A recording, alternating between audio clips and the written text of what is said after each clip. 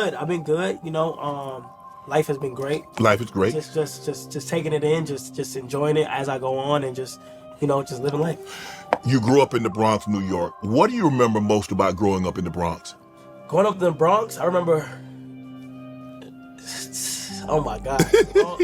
Was it fun nights. times? It was fun. It was also down in terms of have my family being able to do certain things and and I just have a lot of childhood friends that I'm still friends with today. That's all I can remember.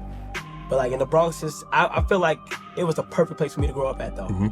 Okay. When I look at it, all the famous people, Cardi B, Fat Joe, J-Lo, Mary J, KRS-One, Ice Spice, Swizz Beatz, French Montana, Big Pun, Remy Ma, Biggie with the Hoodie, Slick Rick. Were you familiar with all those people when you were growing up in the Bronx? Yes. To this day, I bump A Boogie. A Boogie's my favorite. He's my favorite artist.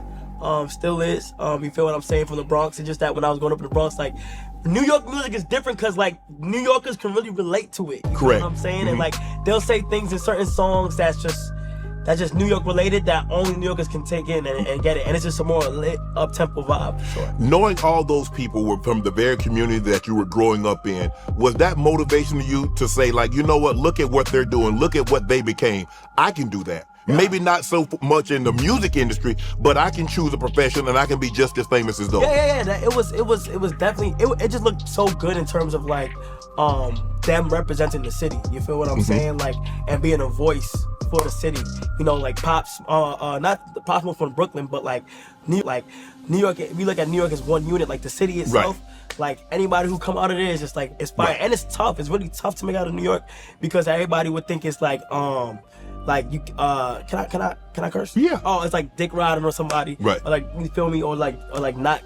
You gotta showing support to somebody out of New York is yeah, they call it meat riding. Yeah, now. you glazing or something. Yeah. You feel what I'm saying? You meat riding. So it's so when they do go crazy, it's fire. Somehow you leave the Bronx and you end up in Georgia, but you end up in a homeless shelter. How did you end up in Georgia and how did you end up in homeless? Yeah, so when I was younger, this is way younger, my mom, she had four kids. My little brother dad was very in his life, so he had both parents, but the three of us, we only had my mom, and my mom was struggling on her own and stuff. It was a lot of tough times, and we had to be in the shelter for quite some time.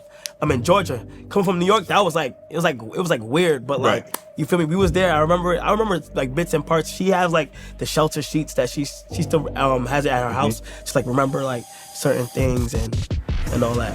Seeing that you've become so successful, Kai, and there are a lot of young people that's going through things right now, and some might be in a shelter.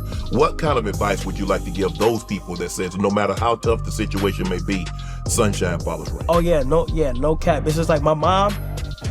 I would say keep family close and never forget the small things in your life that happen, because my mom is literally a superhero. With times where I don't know I don't even know how she was able to make sure that we was able to get through some nights and get through days, because I know it was definitely hard.